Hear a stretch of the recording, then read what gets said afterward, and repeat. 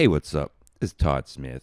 I'm back with another video. In this video, I want to talk about Behringer and how it truly feels like it is the year of Behringer. Since Behringer announced that they will be recreating so many synths and also be coming out with some brand new, fresh, unique synths over the next few years, they had a slew of mixed emotions and reactions.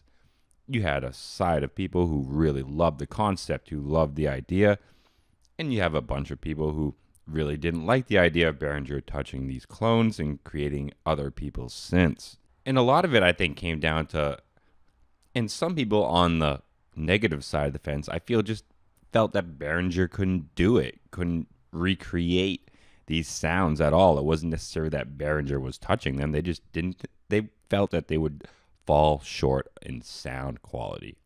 And obviously, no one knows until these things come along. You can assume things, you can have your judgments, you can have your opinions, but really until the product is in front of you, you touch it, you hear it, you manipulate it.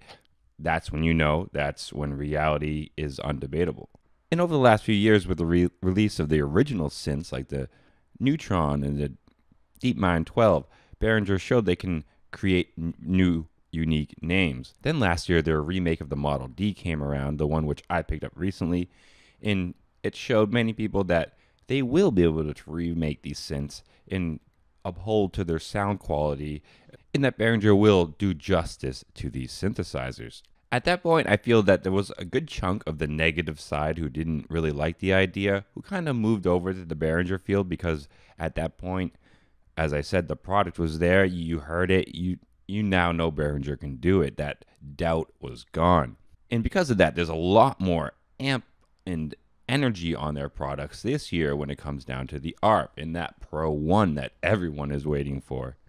I'm into like really in 90s, 80s industrial, and the Pro 1 is really just perfect for that. So I'm just amped to get my hands on that. And then they're coming out with their new synth, the Crave, and then they're even speaking of remaking the famous Imposter later on in the next year or two. So, I mean, the amount of stuff that Behringer has released in the previous year, what they're releasing this year and the hype they have, and what's probably leading up to next year, they are really cementing themselves in the synthesizer market. I think it's really great that Behringer is taking these classic synths, remaking them in pretty much true form and sound replication, and getting them at a good price tag to producers who couldn't afford them at the vintage price tag. I'm even more excited to see that Behringer is actually creating brand new products that are their own and of their own line. And I'm even more interested to see where they go with that, in the next 3-5 years as they become more of a stable synthesizer company, because obviously of what they're doing, I'm really interested to see what Behringer does on their own later on down the line when it comes to bigger things. So what do you guys think about the year of Behringer, man? Do you guys think it's great that they are cementing themselves, that Behringer is creating these amazing products for everyone to grab?